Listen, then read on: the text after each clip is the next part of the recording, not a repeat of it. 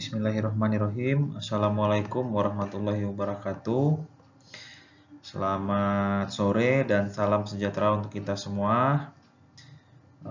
Semoga teman-teman dalam keadaan sehat walafiat tanpa kurang satu apapun sehingga dapat mengikuti perkuliahan di semester ini dengan baik. Baiklah, pada kesempatan kali ini kita akan coba mengkaji tentang teknik analisis kebijakan.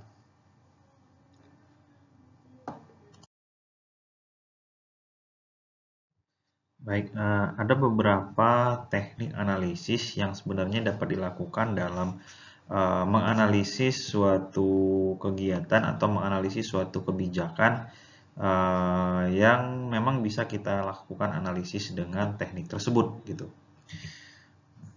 Ini ada beberapa di antaranya. Ini ada tiga yang ditampilkan pada kesempatan kali ini. Yang pertama itu analisis SWOT.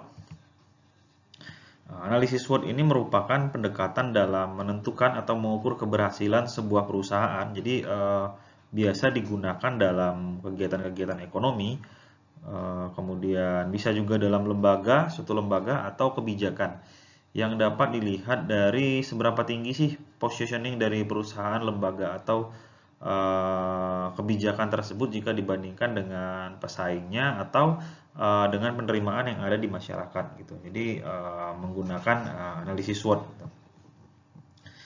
Kemudian yang kedua itu fishbone.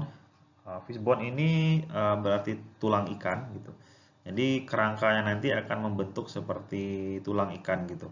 Fungsinya adalah untuk mengidentifikasi dan mengatur penyebab yang dapat berasal dari efek tertentu gitu. Kemudian memisahkan akar penyebabnya atau akar permasalahannya. Nah, itu bisa menggunakan fishbone. Kemudian yang ketiga yaitu APKL dan USG gitu. Nah, teknik analisis ini digunakan untuk menentukan skala prioritas dari permasalahan yang muncul atas kebijakan atau fenomena untuk dilakukan perbaikan atau tindakan yang tepat untuk dilakukan. Nah, sebenarnya teman-teman masih cukup banyak teknik-teknik analisis yang sering dilakukan dalam kegiatan analisis kebijakan maupun analisis permasalahan yang muncul di masyarakat gitu. Nah, ada namanya analisis SWOPA. SWOPA ini hampir mirip dengan SWOT, yang mana SWO-nya itu sama dengan SWOT, sedangkan yang memperbedakan itu adalah P dan A-nya gitu. P-nya itu adalah problem atau masalah, kemudian A-nya itu action atau tindakan gitu. Nah, itu yang pertama analisis SWOPA. Analisis lainnya ya selain dari tiga yang dijelaskan tadi. Kemudian ada asesmen dampak sosial, analisis dampak sosial berhubungan atau bersinggungan, kemudian analisis biaya manfaat atau cost benefit gitu. Nah, untuk kesempatan kali ini kita mungkin akan coba mengkaji yang analisis SWOT, fishbone, APKL, dan USG gitu. Baiklah, yang pertama itu adalah analisis SWOT gitu. Mungkin teman-teman pernah mendengar apa sih SWOT ini gitu, atau di mata kuliah lain juga sempat dibahas gitu. Ya, jadi SWOT ini merupakan singkatan dari strength atau kekuatan, weakness kelemahan, opportunities peluang, dan threat ancaman gitu. Nah, untuk S dan W itu merupakan faktor yang berasal dari dalam atau sifatnya organisasi atau produk dari dalam gitu. Kemudian O dan T atau peluang dan ancaman itu merupakan sifat dari lingkungan sekitar yang berasal dari luar gitu, luar organisasi atau dari luar produk atau dari luar kebijakan yang akan diterapkan gitu, bukan berasal dari pembuat kebijakannya gitu. Kira-kira seperti itu. Nah, kemudian di SWOT ini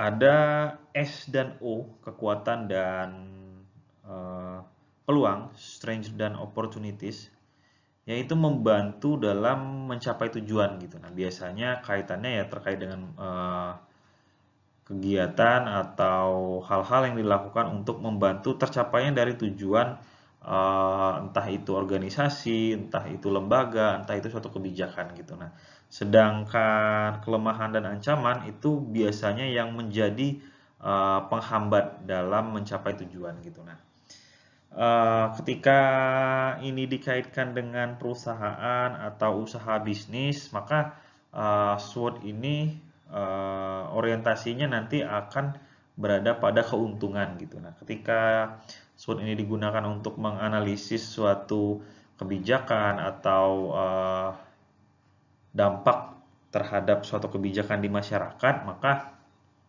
orientasinya nanti adalah seberapa efektif kebijakan tersebut dapat bermanfaat bagi masyarakat luas gitu. Nah, itu sedikit gambaran terkait dengan diagram analisis SWOT. Nah, yang akan kita bahas dalam analisis SWOT kali ini adalah analisis SWOT secara sederhana gitu. Sebenarnya ada teknik analisis SWOT yang lebih kompleks menggunakan kuadran, menggunakan tabel hitung dan sebagainya. Namun kita coba yang membuat analisis secara sederhana. Nah, ini ada cara yang dapat dilakukan dalam menggunakan analisis SWOT gitu. Nah, kita lihat dari poin pertama, kekuatan. Nah, dari kekuatan ini kita bisa mengukur atau kita bisa melakukan analisis kekuatan dengan melihat apa sih sebenarnya kelebihan yang dimiliki oleh organisasi atau perusahaan, atau dalam konteks ini apa sih kelebihan yang dimiliki oleh kebijakan yang dikeluarkan gitu. Kemudian apa yang membuat organisasi ini lebih baik dari organisasi lainnya. Nah, kalau konteks kebijakan, apa sih yang membuat kebijakan ini lebih baik dari kebijakan sebelumnya gitu. Kemudian keunikan apa yang dimiliki dari organisasi atau dari kebijakan kalau dalam konteks kebijakan. Kemudian apa yang menyebabkan kita mendapat kepercayaan dari masyarakat? Apa yang membuat kebijakan itu dapat diterima dengan baik oleh masyarakat gitu. Setelah itu apa yang dapat dilihat atau dirasakan oleh masyarakat sebagai suatu kelebihan. Nah, apa yang dilihat dari masyarakat bahwa kebijakan ini tuh benar-benar membuat masyarakat itu jadi lebih baik dari sebelumnya gitu, dari sebelum adanya kebijakan ini dikeluarkan. Nah, ini bisa dijadikan rambu dalam kita menyusun analisis SWOT, ya terutama pada poin kekuatan.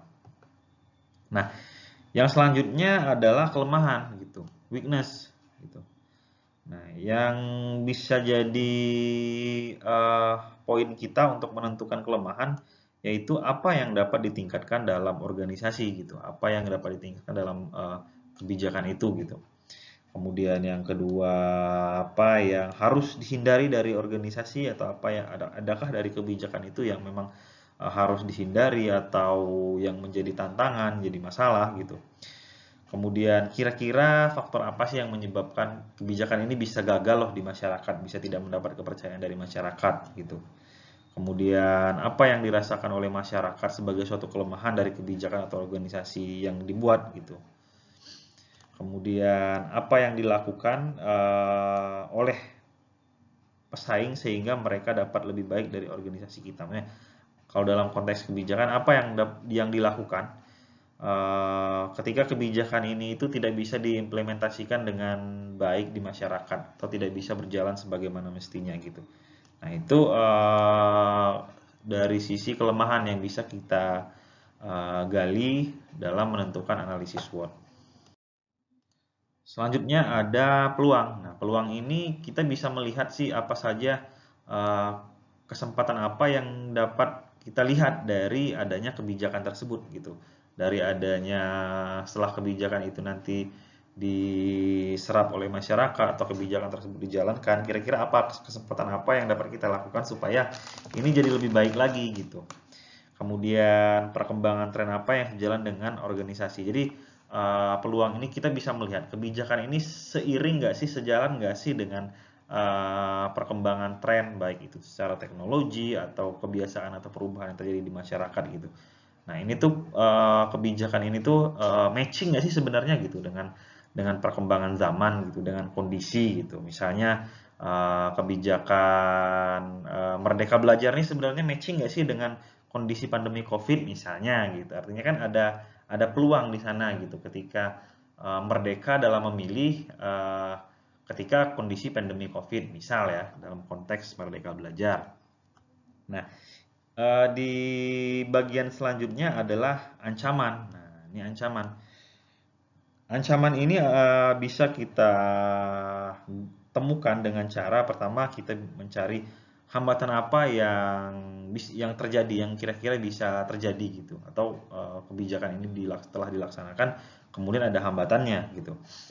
Kemudian apa saja yang dilakukan oleh pesaing organisasi. Nah, kalau dalam konteks kebijakan, kira-kira apa saja sih yang dilakukan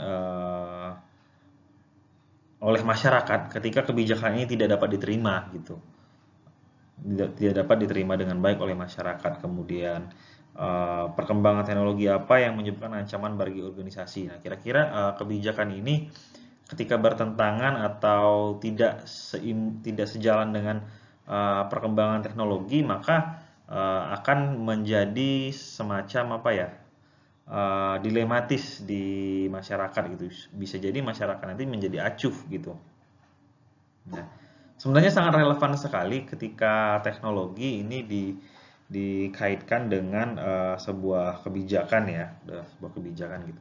Misalnya sekarang dalam kondisi pandemi COVID-19 misalnya. Sebenarnya kebijakan membagi-bagikan kuota, apakah itu efektif atau tidak sih sebenarnya gitu? Atau mungkin itu menjadi hal yang percuma gitu. Karena ya ketika menyediakan kuota tentu harus ada perangkatnya gitu ya. Bagaimana kalau tidak ada perangkat gitu. Nah, ini yang harus dipikirkan, terkait dengan kebijakan yang dikeluarkan gitu. Nah, pemerintah terutama yang dalam konteks pendidikan ya, pemerintah sebelum pandemi itu sudah menyusun rencana strategis Kementerian Pendidikan dan Kebudayaan gitu. Nah, kira-kira gimana nih dalam tiba-tiba ada pandemi, apa yang dilakukan gitu? Karena banyak juga kegiatan-kegiatan Kemendikbud yang memang tidak bisa dilaksanakan dalam masa pandemi ini gitu. Nah, perlu solusi-solusi gitu, atau ya perlu perencanaan lebih baik gitu. Karena kalau ini tidak disikapi bisa menjadi ancaman tersendiri gitu. Banyak sebenarnya kebijakan-kebijakan, apalagi yang di luar konteks pendidikan itu sangat banyak sekali yang sedang berkembang, yang sedang marak sekarang ini. Kemudian yang selanjutnya, adakah perubahan peraturan pemerintah yang akan mengancam perkembangan organisasi gitu. Nah, ini kaitannya dengan kira-kira ketika kita melaksanakan atau ketika ada program tertentu dari kebijakan, atau kita ingin melakukan pengembangan diri misalnya, pengembangan lembaga, kira-kira posisi kita ini mendapat dukungan nggak sih dari peraturan-peraturan yang ada gitu, dari perkembangan-perkembangan zaman gitu, kira-kira mendukung atau tidak gitu. Nah, itu juga menjadi poin ancaman gitu. Nah, supaya untuk memudahkan teman-teman dalam memahami analisis SWOT, nah ini Bapak coba memberikan contoh gambaran yang memang dekat dengan dunia kita, itu dunia pendidikan non formal. Nah, contoh pada program-program PNF yang akan dijalankan misalnya gitu. Jadi PNF itu kan banyak nih program-programnya, mulai dari pemberantasan buta aksara atau keaksaraan fungsional, taman bacaan, kemudian kursus ke pendidikan kesetaraan, majelis taklim, PAUD non formal dan sebagainya gitu. Banyak itu. Nah, kira-kira bagaimana sih analisis SWOT kita jika kita melakukan analisis SWOT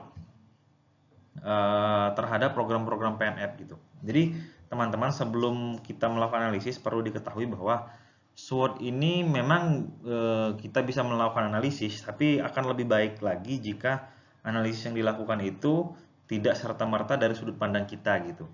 Perlu ada sudut pandang yang lain juga misalnya gitu. Terutama berkaitan dengan perusahaan atau dalam mengkaji kebijakan gitu. Oke, kita coba aplikasikan kita coba berikan contoh ya, kita berikan contoh gitu. Nah, dalam program-program PNF yang dijalankan, kira-kira apa sih yang menjadi kekuatannya gitu. Nah, poin pertama bahwa sebenarnya PNF itu menjawab kebutuhan masyarakat yang haus akan pendidikan karena masih terjadi kelemahan pada pendidikan formal. Jadi karena pendidikan formal ini tidak dapat menjangkau semua masyarakat, semua lapisan masyarakat, maka PNF lah yang memiliki sifat yang fleksibel sehingga memang dibutuhkan oleh masyarakat gitu.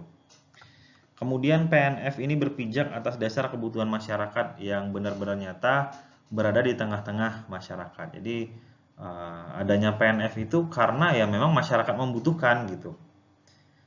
Karena tidak semua yang berkaitan dengan kehidupan itu bisa didapat di pendidikan formal, teman-teman gitu. Banyak sekali ini salah satu contoh ketika kita tidak merasa puas di sekolah formal. Misalnya ketika kita lulus perguruan tinggi, tapi bahasa Inggris kita nggak jago-jago juga, nggak berkembang dari dulu gitu. Dari SMP, SMA sampai perguruan tinggi gitu-gitu aja bahasa Inggris gitu, bahasa Inggris kita gitu. Artinya kita tidak mendapatkan porsi yang tepat dalam memperoleh kemampuan bahasa Inggris gitu. Nah, jalannya apa ketika kita pengen memperoleh kemampuan bahasa Inggris yang bagus gitu? Ya bisa dengan mengikuti kursus bahasa Inggris di LKP gitu atau di satuan pendidikan non formal lainnya gitu. Nah, itu terkait dengan nomor yang 2. Kemudian nomor 3, program disesuaikan dengan situasi, kondisi, dan budaya lokal. Nah, perlu diketahui teman-teman bahwa PNF itu memang fleksibel gitu. Contohnya gini, di kursus itu semakin banyak jenis-jenis kursus yang memang disesuaikan dengan keadaan atau situasi perkembangan zaman gitu. Orang tidak menyangka bahwa saat ini tuh ada loh kursus mengemudikan drone. Drone tahu ya drone. Itu ada kursusnya sekarang gitu. Kan tidak pernah terbayang 10 tahun yang lalu gitu bakal ada kursus seperti ini gitu. Artinya apa? Lembaga kursus juga menyesuaikan dengan kondisi saat ini atau situasi saat ini gitu. Kemudian karakter sebagai wahana pendidikan non formal memiliki sifat fleksibel serta ada 3 dimensi pembelajaran, usaha, dan pengembangan masyarakat yang memungkinkan beradaptasi dengan beragam kebutuhan, keunikan, dan kepentingan gitu. Jadi ya sifat PNF pendidikan non formal yang fleksibel. Kemudian diakuinya lembaga PNF dalam Undang-Undang Sisdiknas sebagai satuan pendidikan non formal. Jadi PNF itu diakui kegiatan atau satuan pendidikannya atau program-programnya itu diakui di Sisdiknas gitu. Artinya ketika kita menyelenggarakan itu bisa ada payung hukumnya gitu. Nah, kemudian ada dukungan anggaran dari pemerintah pusat maupun pemerintah daerah. Nah, ini ada slotnya gitu untuk anggaran gitu.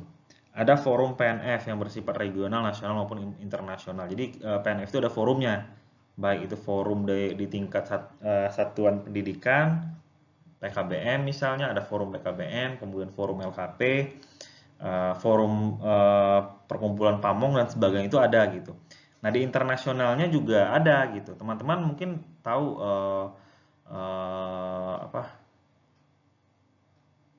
kalau di UNESCO itu ada bidang lifelong learning-nya gitu. Kemudian banyak juga NGO, bahkan di SDGs Sustainable Development Goal itu ada program-program PNF yang di Goal 4 dan Goal 5. Goal 4 itu yang bidang pendidikan dan kebudayaan, kemudian di Goal 5 itu di kesetaraan gender atau PUG, pengaruh kesamaan gender. Itu juga berkaitan dengan kegiatan-kegiatan PNF gitu. Pemberantasan buta aksara, kemudian pemerataan akses pendidikan dan sebagainya gitu. Artinya ada yang mewadahi baik di tingkat regional, nasional maupun internasional gitu. Ada lifelong learning institute dan sebagainya, banyak gitu. Kemudian ada jurusan PNF, PLS atau saat ini PENMAS juga termasuk di perguruan tinggi yang berdampak langsung terhadap kemajuan pendidikan non formal itu sendiri. Jadi di beberapa daerah itu sudah ada program studi PNF yang mana menghasilkan lulusan PLS atau PNF yang bisa membuat daerah tersebut berkembang dengan baik untuk PNF-nya gitu. Jadi ada jenjang level di perguruan tingginya yang dapat dipilih oleh masyarakat untuk mendalami keilmuan pendidikan non formal atau pendidikan luar sekolah gitu. Nah, itu contoh kekuatan dari program-program PNF yang dapat dijalankan gitu. Nah, kemudian di samping kekuatan tentu ada juga kelemahannya teman-teman gitu. Apa kelemahannya? Nah, masih ada masyarakat atau birokrasi pemerintah atau stakeholder yang sampai saat ini belum mengenal dengan baik kiprah PNF di lingkungan masyarakat maupun pemerintah gitu. Nah, itu masih ada stakeholder atau birokrasi atau birokrat yang memang tidak paham akan pendidikan non formal sehingga mereka ya karena tidak tahu jadi tidak aware, kemudian mereka tidak memberikan pandangan yang cukup baik terhadap PNF gitu. Nah, itu bisa jadi kelemahan. Kemudian bermunculan stigma-stigma negatif tentang pendidikan non formal, terutama pada lembaga-lembaga penyelenggaraannya bahwa keberadaan mereka itu hanya untuk mendapatkan dana, gitu. Sehingga dalam menjalankan terkesan abal-abal atau bahkan fiktif gitu. Nah, ini sebenarnya medio tahun berapa ya? 2015 ke bawah mungkin 2000 pokoknya di bawah 2013 2010 gitu. Itu banyak sekali lembaga atau satuan pendidikan non formal yang fiktif yang hanya ingin mendapatkan dana gitu. Itu masih banyak kalau dulu ya. Nah, kalau sekarang mungkin proses birokrasinya udah mulai diperbaiki sehingga memang kualitasnya diharapkan jadi lebih baik lagi gitu. Nah, ini juga menjadi kelemahan teman-teman ketika ada pandangan negatif lah dari masyarakat terkait dengan penyelenggaraan PNF gitu. Kemudian masih banyak ada beberapa sih, bukan masih banyak juga. Ada beberapa stakeholder yang terlalu mengkredilisasikan pendidikan non formal dan lebih mementingkan pendidikan formal yang berorientasi pada ijazah gitu. Jadi dalam beberapa stakeholder itu masih mementingkan adanya ijazah gitu, bukan pada skill gitu. Nah, sebenarnya ini sudah mulai berkurang juga sih, sudah mulai terkikis bahwa sekarang itu lebih diutamakan adalah skillnya, bukan hanya ijazahnya. Gitu. Ijazah itu hanya menunjukkan bahwa orang itu pernah belajar itu gitu. Tapi ketika skill itu bisa digunakan dalam aplikasi suatu pekerjaan tertentu gitu yang memang orang itu kompeten gitu. Nah, ini juga jadi kelemahan ketika stakeholder atau orang-orang yang bergerak di bidang PNF atau yang bersinggungan dengan PNF itu tidak memahami gitu, lebih mementingkan ijazah formalnya daripada skill yang didapat dari pendidikan non formal gitu. Itu beberapa analisis dari sisi kelemahan. Nah, selanjutnya yaitu adalah peluang. Nah, kita coba lihat peluang dari program-program PNF yang dijalankan. Peluang yang pertama yaitu adanya pengelolaan pendidikan non formal yang memang ada yang beranggapan ya, ini opini, semakin carut marut gitu pendidikan formal gitu. Maka alternatifnya adalah pendidikan non formal sebagai bentuk jawaban dari ketidakpuasan masyarakat terhadap pendidikan formal gitu. Kemudian keberadaan pendidikan non formal mampu menjangkau warga yang tidak terlayani di pendidikan formal hingga ke pelosok Nusantara. Artinya pendidikan formal itu dengan sifatnya yang fleksibel itu sebenarnya mampu menjangkau seluruh lapisan masyarakat, seluruh daerah yang ada di Nusantara itu, bahkan sampai ke pedalaman-pedalaman gitu. Kemudian yang ketiga itu ada 3 dimensi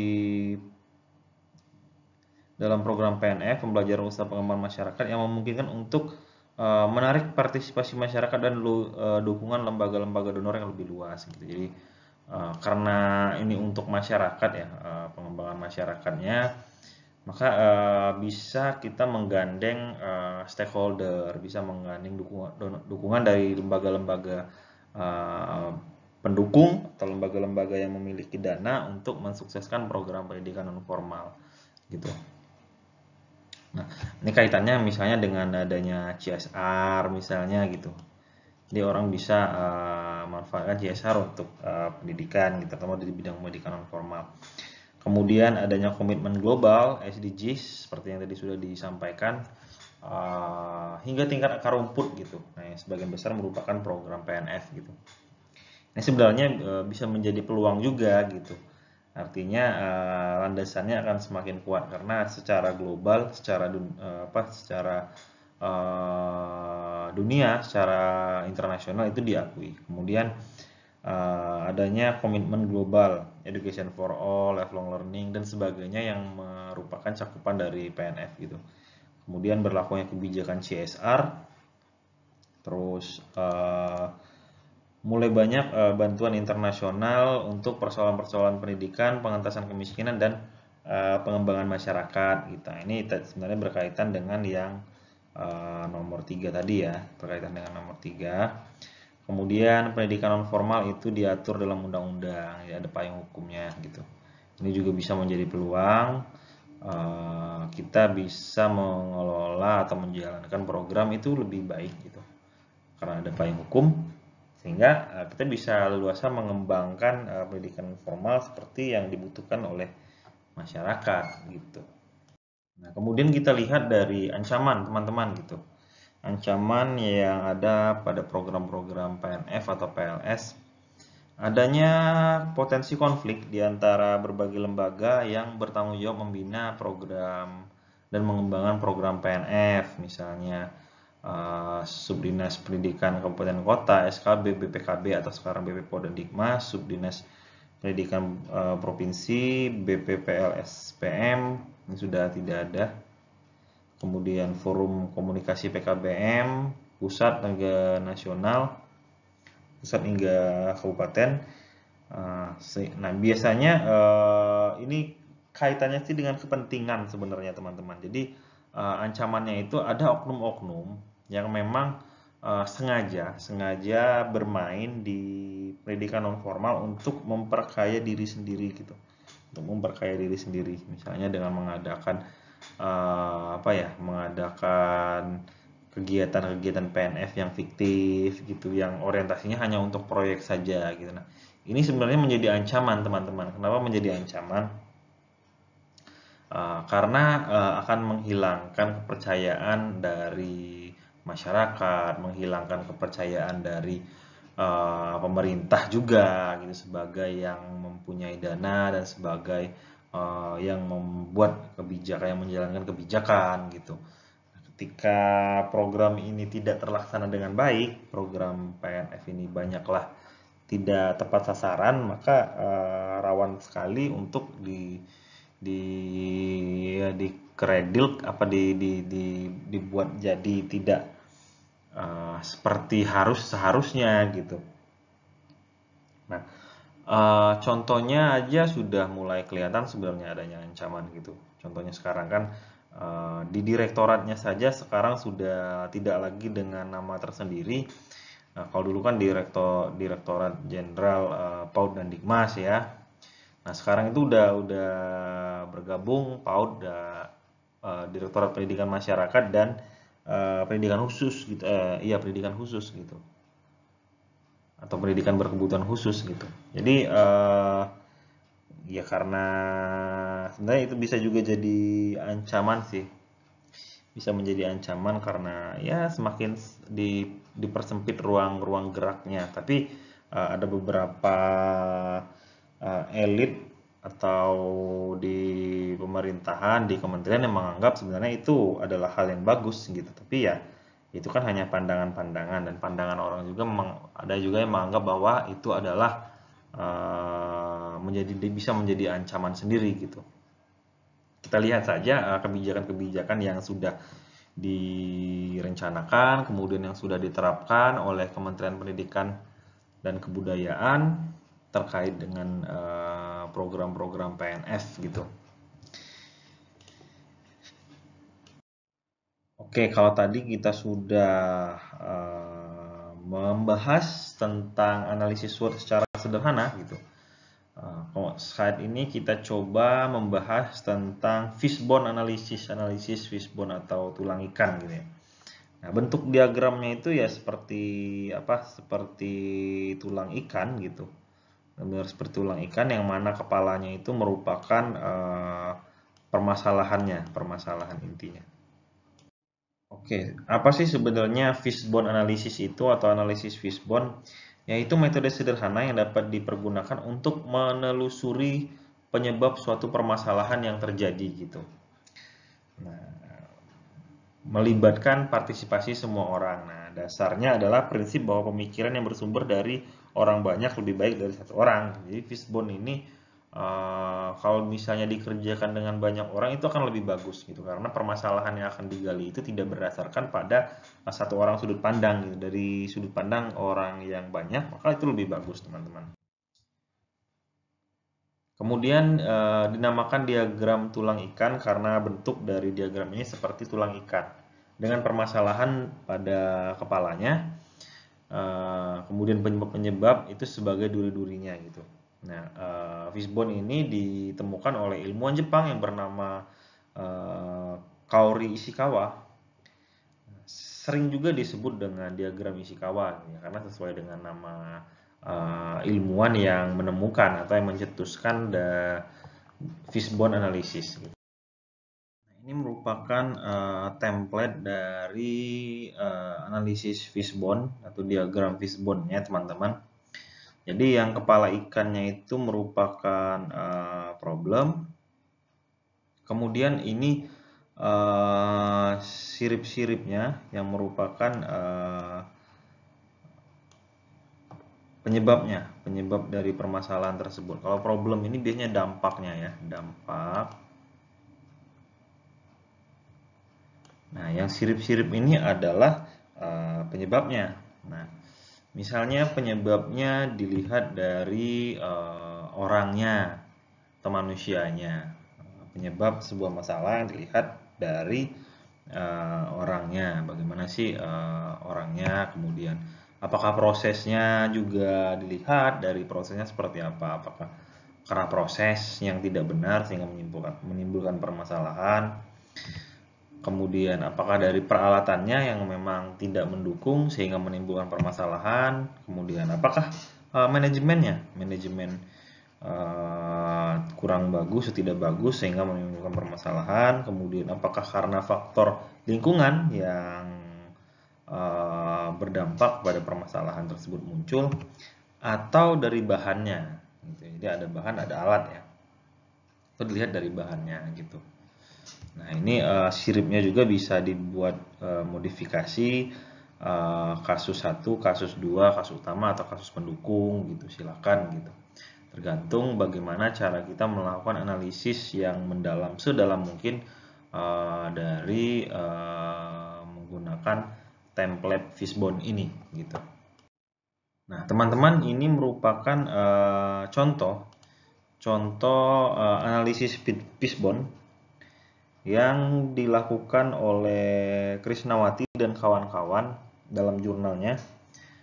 Mereka melakukan analisis dengan menggunakan diagram fishbone, yaitu permasalahannya adalah belum optimalnya penyelenggaraan pendidikan kesetaraan di SKB Gunung Kidul. Nah, ini contohnya gitu ya. Nah, kemudian dilihat jadi tidak mesti urutan seperti di template fishbone di slide sebelumnya ya, bisa saja di sininya pendaftaran dan sebagainya. Tergantunglah kita membuat tabel fishbone-nya seperti apa, misalnya di sini dari human-nya, manusianya atau manajemennya di mana posisinya itu silakan saja gitu. Nah, dari sumber ini didapat bahwa setelah dilakukan analisis terkait dengan belum optimalnya penyelenggaraan itu dilihat dari peralatan, kemudian penyelenggara pendidikan yang tadi berkaitan dengan manajemennya, kemudian model evaluasinya, kemudian model pengembangan bahan ajarnya, kemudian model pembelajaran dan evaluasi mutu pembelajarannya. Jadi dilihat dari 6 aspek ini menimbulkan permasalahan apa saja. Nah, kita ambil contoh di pendaftaran. Ternyata latar karena latar belakangnya beragam, latar belakang siswa atau peserta didiknya atau warga belajarnya itu beragam, sehingga kadang-kala menimbulkan permasalahan dalam kegiatan pembelajaran, sehingga pembelajaran tidak dapat terlaksana secara optimal. Kemudian ketika kita lihat dari penyelenggaraannya, ternyata sarana pendidikan di SKB tersebut kurang, kemudian kurang koordinasi antar bagian yang ada di SKB gitu, sehingga bisa menyebabkan kurang optimalnya atau belum optimalnya penyelenggaraan.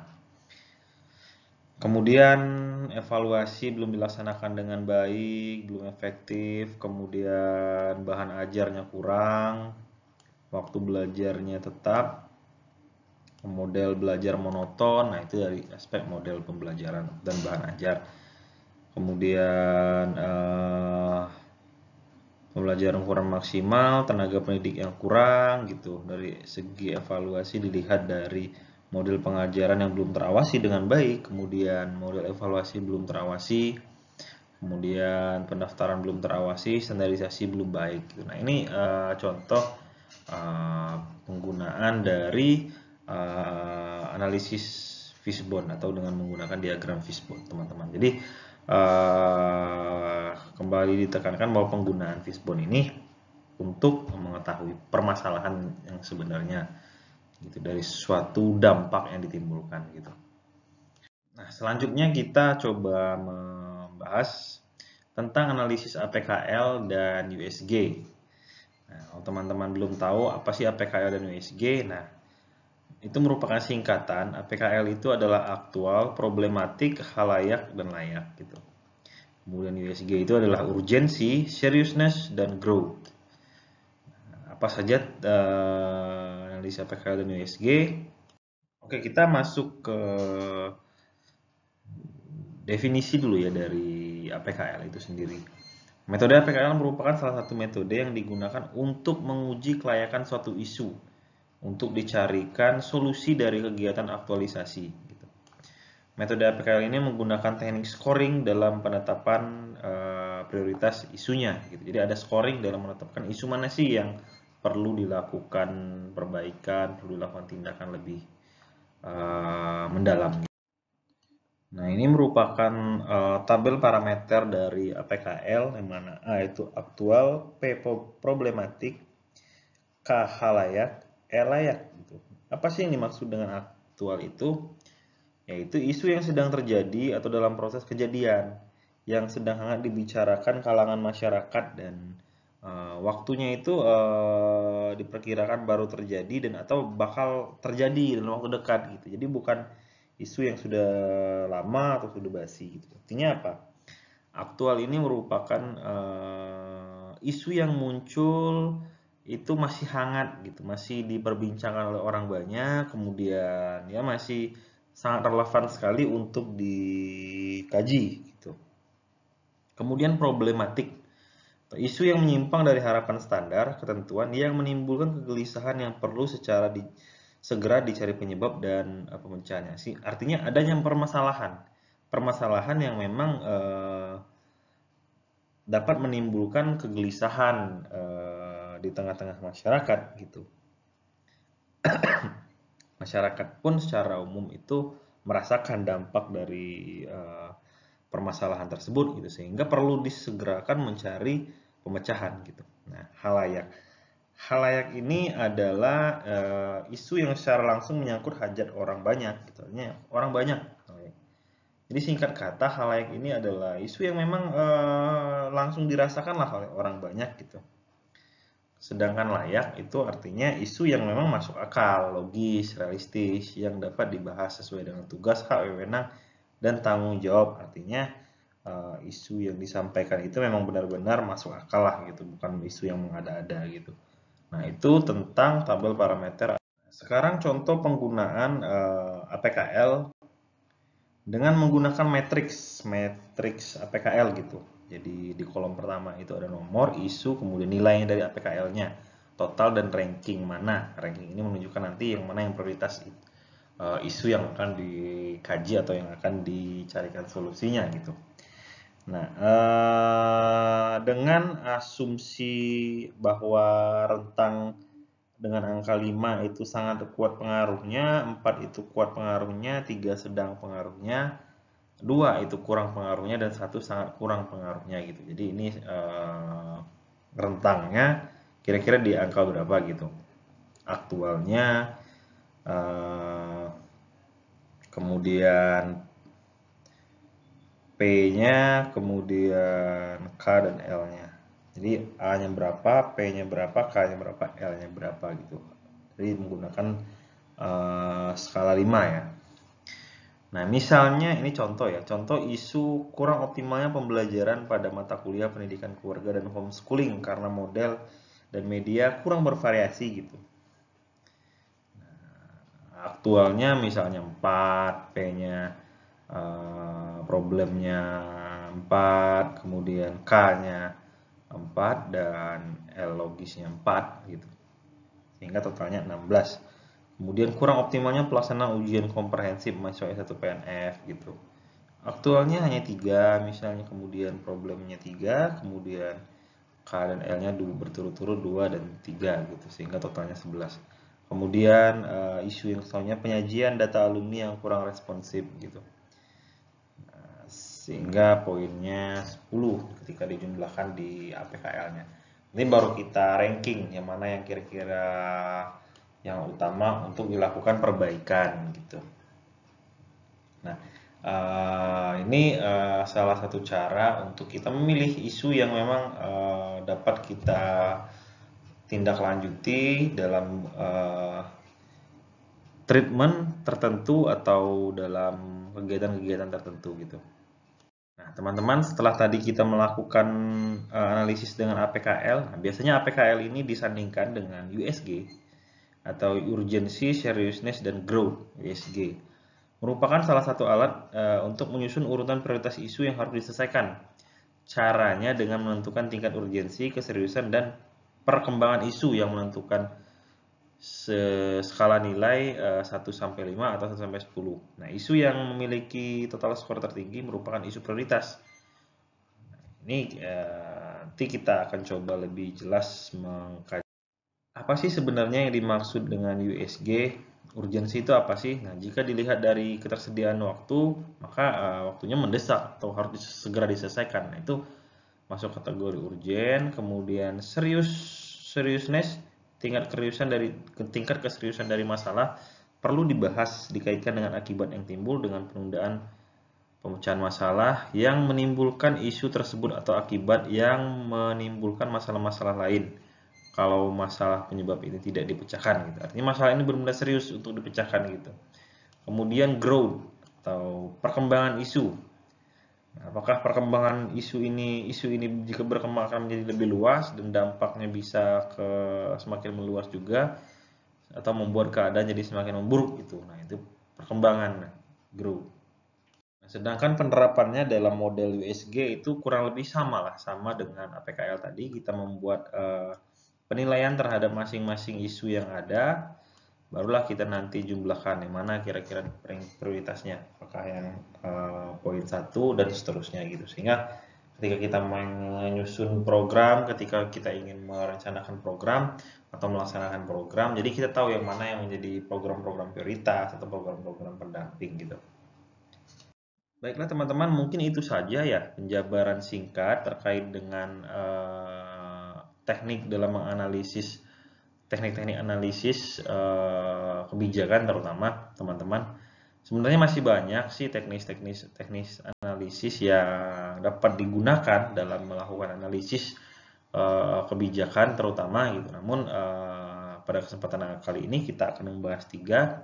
Kita telah membahas 3. Nah, yang lain-lainnya silakan teman-teman kembangkan, silakan teman-teman cari di berbagai macam sumber informasi, bisa jurnal atau artikel atau buku yang memang sangat relevan dengan kajian tentang teknik-teknik menganalisis kebijakan gitu. Mungkin itu saja pertemuan kita pada kesempatan kali ini teman-teman. Semoga teman-teman dapat menyaksikan ini dengan baik. Semoga teman-teman mendapatkan ilmu yang bermanfaat dari apa yang telah disampaikan. akhir kata Bapak mengucapkan permohonan maaf apabila ada penyampaian yang kurang tepat atau terjadi kesalahan, kekeliruan. Karena kita sejatinya sama-sama belajar, semoga ini menjadi amal jariah buat yang mengajar maupun yang mendengarkan sehingga mendapat ilmu pengetahuan. Mungkin itu saja teman-teman. Terima kasih, sampai jumpa pada pertemuan berikutnya. Bapak akhiri, wabillahi taufiq wal hidayah. Wassalamualaikum warahmatullahi wabarakatuh. Teman-teman bisa mengisi link absen untuk pertemuan kita pada minggu ini. Yang di atas itu untuk absen kelas 5A, sedangkan yang di bawah itu untuk absen kelas 5B. Oke, silakan teman-teman isi absen tersebut. Jangan lupa dukung channel ini dengan cara like and subscribe channel ini. Terima kasih, sampai jumpa di pertemuan berikutnya.